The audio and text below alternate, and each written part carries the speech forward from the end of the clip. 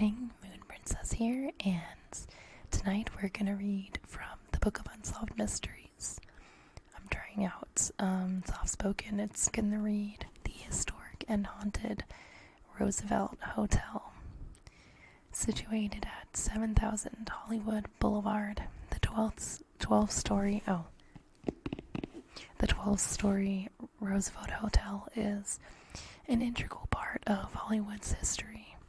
More than 80 years, this hotel has served as a temporary home away from home for some of the world's biggest celebrities who love to soak in the atmosphere. In fact, many of the stars who visit Roosevelt enjoy themselves so much that they frequently return, even in death.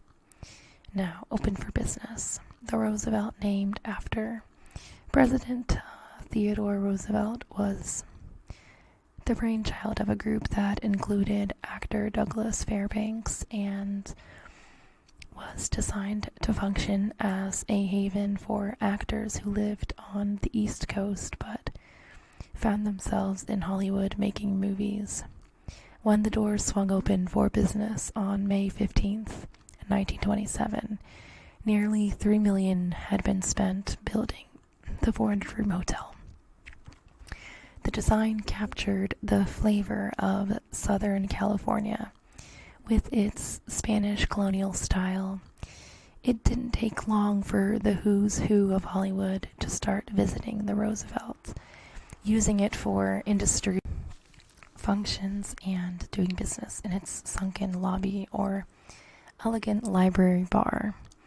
The era's biggest stars, including Mary Pickford, Gloria Swanson, Greta Garbo, Charlie Chaplin, and Will Rogers, were present at the hotel's inaugural ball.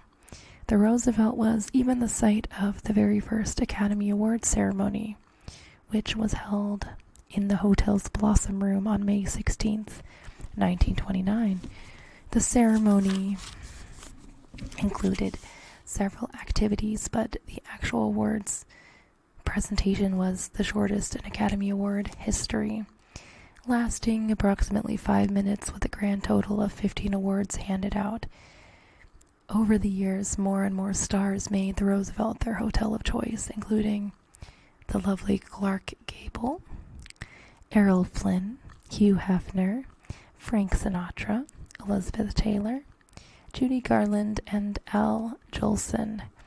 In addition, a variety of lesser-known but important personnel, from musicians to voice instructors to writers, stayed for extended periods of time on the studio's tabs while working on various movies. Sorry, I have a bit of a cold, or the end of a cold. But the years began to take their toll on the Roosevelt, and by the 1980s, the building had fallen into such disrepair that it came close to being demolished.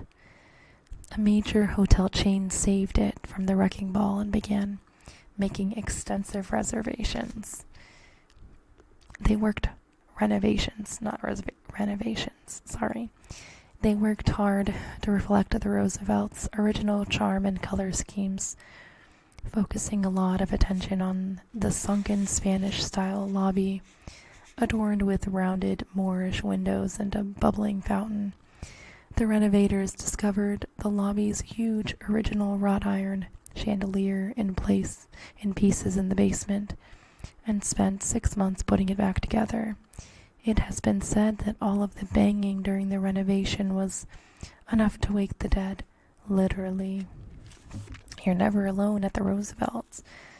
The first documented encounter with a ghost at the Roosevelt came in December 1985. The hotel was scheduled to reopen a month later, so employees were frantically working to complete the renovation. Employee Alan Russell was working in the Blossom Room when he felt a cold spot.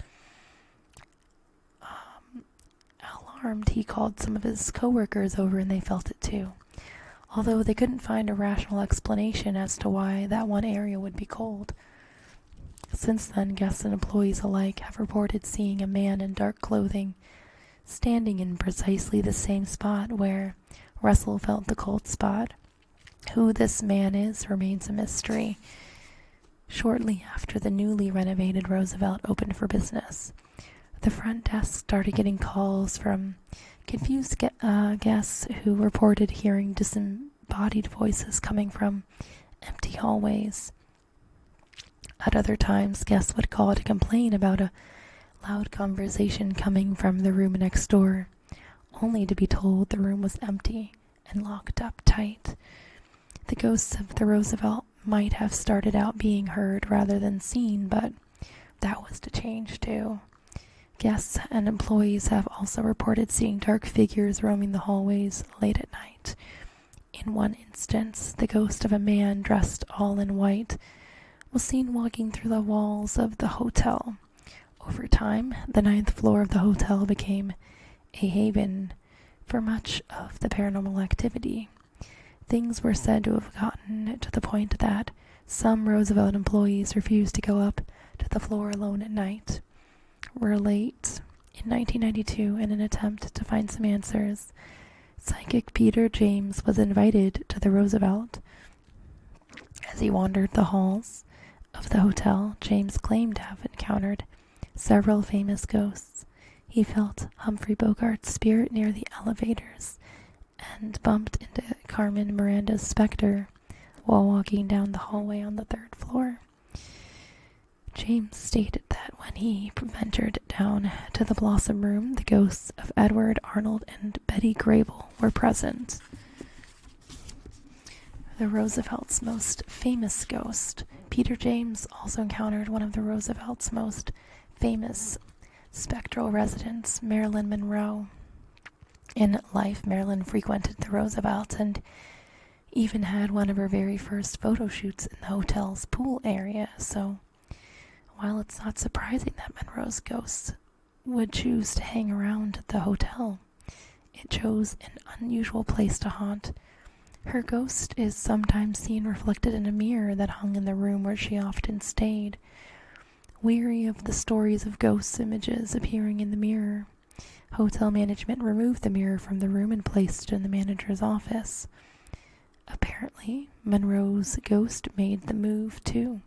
One day, employee Susan Leonard was cleaning in the office when she looked into the mirror and saw a blonde woman standing behind her. When Leonard turned around, the woman had vanished. Today, the mirror resides on the 1st floor near the elevators, and yes, Marilyn's ghost still makes an occasional appearance. A ghost with a thing for the ladies.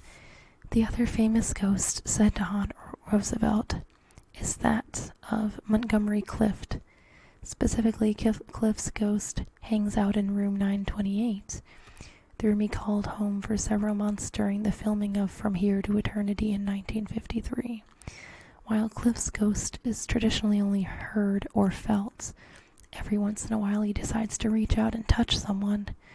One evening in the 1990s, a young woman was reading in bed when she felt her husband touch her on the shoulder. She rolled over to ask him what he wanted, but found him fast asleep.